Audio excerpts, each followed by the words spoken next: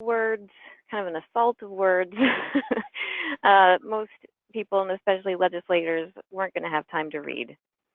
And it just covered everything, everything that our staff did, all of our programs, but in a way that wasn't terribly visually engaging, and certainly not at a glance. So the other piece was we wanted to make sure that all 45 conservation districts in Washington shared a success story. So we would send them a message to write, format, and email us their annual success story, which was annoying for them. They had to format it in Word. It was a Word template, and anybody who's ever had to do any formatting in Word knows that that's pretty much the worst thing we could have asked them to do. and also the format was kind of inconsistent from one district to another. So if you were an elected official or a legislator with multiple conservation districts in your legislative district, each page would look a little different. You wouldn't find the same information on each page. And again, it was very narrative, a lot of words. Here's an example of what they used to look like. Just a lot going on. I mean, it's great information, but a lot, maybe too much of it. And then finally, our agency and conservation districts were then going to the legislature and saying, hey, we do good things, give us money. But to the legislature, they needed to know that we were worth investing in, and we were not demonstrating that worth at a glance, which is the way they really needed to see it.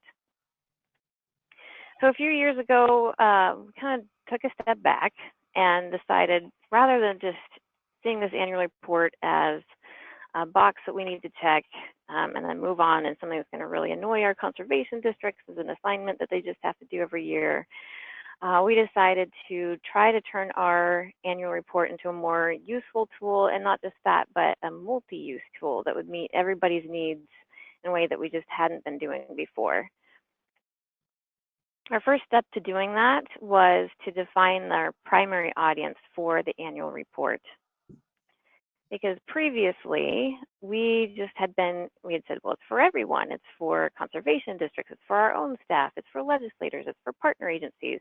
Basically, anybody that we work with, that's who the report was for. And while that's true, we wanted it to provide value to everyone, it made it really difficult for us to tailor our message to really focus in on what was going to be most effective for us and for really our funders. And that's where we ended up. We realized that our primary audience for our annual report was legislators and the governor's office, because typically a lot of the stuff we're reporting in there is what we've done with our state funding. So once we knew that that's our primary audience, we could really start to think more about what they would like to see, and think about what we know about them, and produce something that would be helpful for them. So what we knew is legislators and people who work in the governor's office, they have very limited time. So visuals are going to be way better than the narrative that we had been using and relying on. We also knew that they need to make sure that they are making smart and defendable investments. And so that means that we need to present and clearly measure what they're buying when they invest in voluntary conservation and conservation district work. And we also knew that basically every year we've got some new legislators. We've got folks who are new to Washington State, and we need to make sure that we are presenting our information in a way that's going to resonate with folks who have no idea what a BMP is, who have no idea what cost share is. We need to provide examples of what it is that we do for folks who aren't in the conservation community. So with that in mind, we were able to change from a layout like this, which was just very narrative, a list of all these programs, to something that was a lot more visual. We started relying more on project maps. So we would have a map that we would create through GIS. The example on the screen is from our shellfish program. So we would layer the conservation district's projects that had been completed. And with this one, we added a layer that shows the shellfish closure zone. So these were all water quality projects that occurred in areas that would benefit water quality and shellfish growing areas. So it added some context to the story, not just random dots everywhere, but these are projects being done in places that are going to benefit shellfish in Washington State.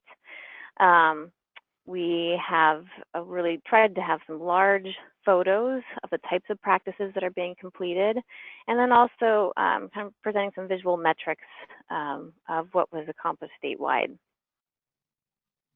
Here's another example from our natural resource investments program, and we started using inset maps to show these are streams where there have been some water quality issues identified, and again, just adding some context of these, we're putting projects in the right places to make a difference for natural resources in Washington State.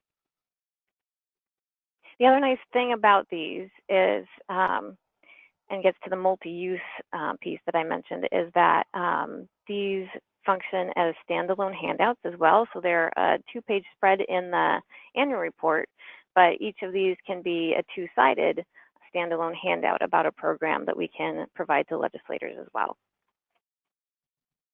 So our second step was to improve the process and product for conservation districts, get them away from that horrible world of Microsoft Word formatting. We started using an electronic form that allowed us to standardize all the fields that were going to be on their pages for reporting accomplishments. I put in character count limits, which they kind of hate, but allows us to get away from being too narrative. And we also provided just some 5 quick tips on how to tell an effective success story. And that allowed us to go from a layout like this for each of our 45 conservation districts to this. So way less words, way more focus on before and after photos and project photos, and just a lot easier. It's not so much of an assault of words anymore.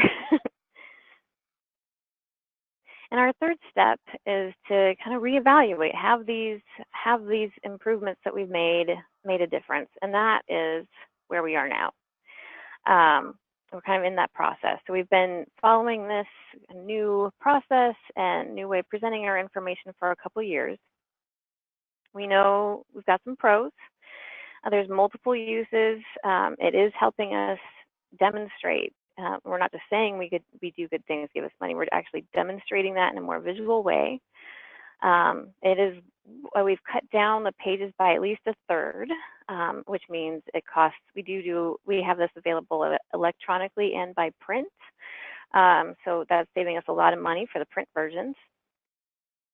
And this has been a great searchable story bank, so we can, anytime that we get a request for examples of districts working with flooding, examples of districts working with livestock owners, we just can do a search for stories and use our annual reports as a bank of examples. And it is providing more value to conservation districts because they can use those pages, handouts for their own outreach. The cons, OMG, it still takes a lot of time to put this thing together, and it is still really long.